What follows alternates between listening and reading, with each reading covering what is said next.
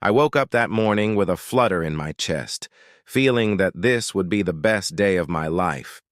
I had spent years dreaming of a wedding filled with love and laughter, a celebration of a union that promised a bright future. As I dressed, in my suit and straightened my tie, I could almost see the wonderful images I had envisaged. A bright, warm hall in New York City, the quiet murmur of well-wishers, and above all, Clara's dazzling smile as she walked down the aisle. But none of that prepared me for the nightmare that would soon ruin my dreams. I stepped inside the big hall, the air full of excitement and the quiet murmur of conversation. Every aspect had been set to perfection. The flowers were beautifully positioned, the lights bounced off polished surfaces, and sweet music played in the background. My heart swelled as I saw Clara, looking lovely in her wedding dress, every bit the vision of elegance and grace I had adored for so long. However, as I proceeded to meet our guests and exchange warm handshakes, an unpleasant discomfort started to creep in. Clara's parents sat at their table with tight postures and empty wine glasses, their expressions as cold as the polished stone around them. I wondered for a while if this was simply nerves or if something more was amiss. As I interacted with our friends and family, attempting to enjoy every moment of what was meant to be a cheerful celebration, I failed to notice the gloomy shift that was about to emerge. Without any warning, Clara broke through the joyous crowd and stormed toward me. Her face, once soft and inviting, was suddenly distorted with hatred, and her eyes blazed with a fury that left me frozen in disbelief. "You didn't serve my parents wine," she cried, her voice rebounding off the walls and silencing the merriment that had filled the chamber just seconds before. I tried to speak, stammering, "What do you mean?" But there was no time to digest her words. Before I could even gather my thoughts, her hand flew out, connecting sharply with my cheek. The sound of the hit was smothered only by the gasps and murmurs that erupted around us. In that terrible moment, the warm glow of the day was replaced by a burning humiliation that spread through my body like wildfire. I noticed the horror on my mother's face, the astonished gaze of our guests, each pair of eyes silently condemning me. Clara's voice, icy and unyielding, pierced through the tense quiet. "You have disgraced my parents. Apologize right now or go." Her words were decisive, and the sting of her slap seared far deeper than the physical pain. I looked around in bewilderment, feeling the weight of every critical gaze as I sought to understand the turmoil. The room, once filled with delight, now reverberated with whispers and disapproving glances. In that second, everything I had believed in, the promises of love and support, the hopes of a shared future, shattered before my eyes. With a heavy heart and wavering resolve, I turned away from Clara, leaving behind not only the celebration, but the very idea of a future I had held dear. Every step I took away from the hall felt laden with pain and betrayal. I could still sense the searing sting on my cheek, a reminder that this day, which was supposed to mark the beginning of a beautiful journey, had instead become the start of a sad spiral into isolation.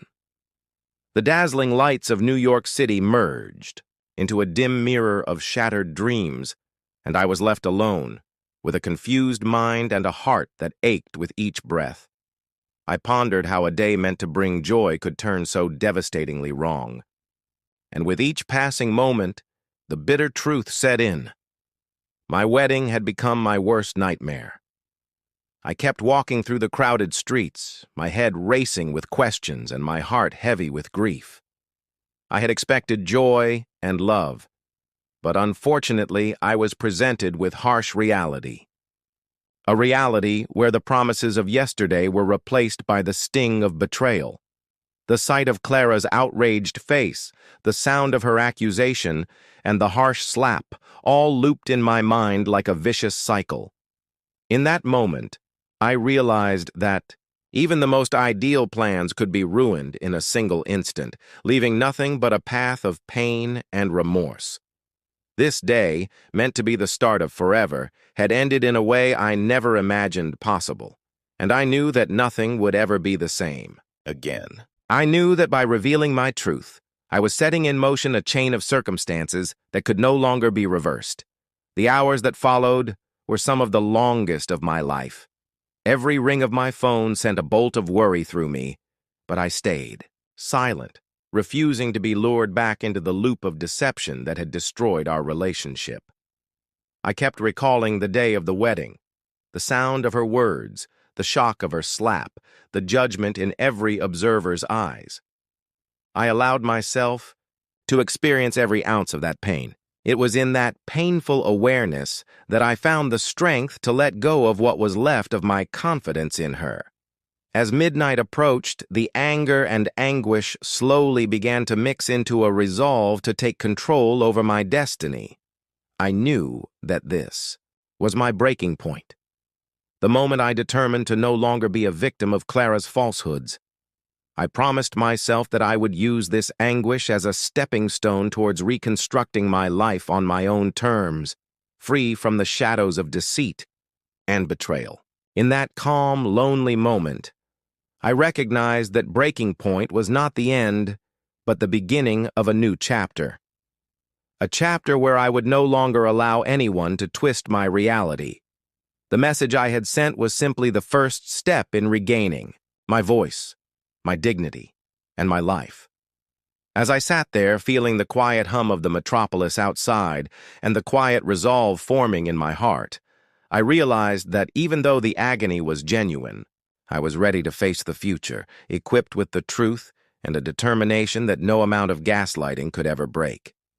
I sat in my study with a heavy heart, yet a fierce determination began to build. As I glanced at the information on my laptop screen, I knew that addressing Clara personally would only lead to more falsehoods and more of her twisted remarks. Instead, I decided that the truth needed to be exposed to everyone, just as she had once exposed me. With Marcus's constant support and the accumulating evidence of her treachery in my hands, I set out to take back control of my life.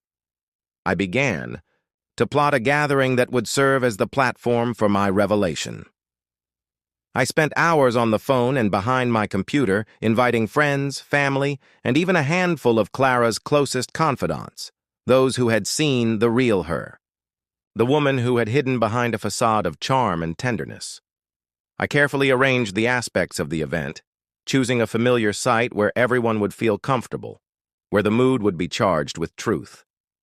I wanted the environment to be both intimate and public, a site where the whispers of betrayal might ultimately be converted into loud, unmistakable voices. The day of the gathering came with a mix of excitement and dread. I entered the venue, my pulse hammering in my chest, and took a deep breath as I glanced over the audience slowly filling the room. People I had known since childhood, colleagues who had noticed my metamorphosis, and even Clara's personal friends, now, curious about what was unveiling, filled the area with murmurs of expectancy. I felt like every eye in the room was waiting for the moment when I would finally speak my truth. Clara, under the assumption that I was coming to apologize, appeared as expected, collected as ever. Her eyes, however, rapidly widened when she noticed the resolute look on my face. I could feel the uncertainty flicker over her features for just a second before she concealed it with feigned serenity. But it was too late. The stage was set. I stepped up to the microphone, my hands quivering. Slightly as I adjusted it, the audience grew silent, and for a moment, time itself seemed to pause. "Thank you all for coming tonight," I said, my voice steady despite the tempest screaming inside me. "I asked you here to clear the air and to discuss some realities that have been buried for far too long." Every word was measured, each syllable carefully prepared to express the raw agony and betrayal I had felt. Then, with a deep breath, I hit play on the remote Marcus had given me. On the projector behind me, A series of photos and documents flared to life. Images of bank transfers, copies of SMS conversations, and emails that painted a damning picture. The proof was undeniable. Clara had transferred a huge sum of money out of our joint account a week before our wedding. The transactions displayed a pattern that was too deliberate to be an accident. Alongside these, evidence of her secret relationship with Eric Donovan, her ex-boyfriend, a man who had once been a shadow in the background of her life, surfaced. Shouts erupted from the gathering as they took in the horrifying sight. I watched as Clara's face turned pale, her confident mask disintegrating in front of everyone. "This is the truth," I continued, my voice ringing with a mix of grief and resolve. "This is the truth about the woman you all believed you knew.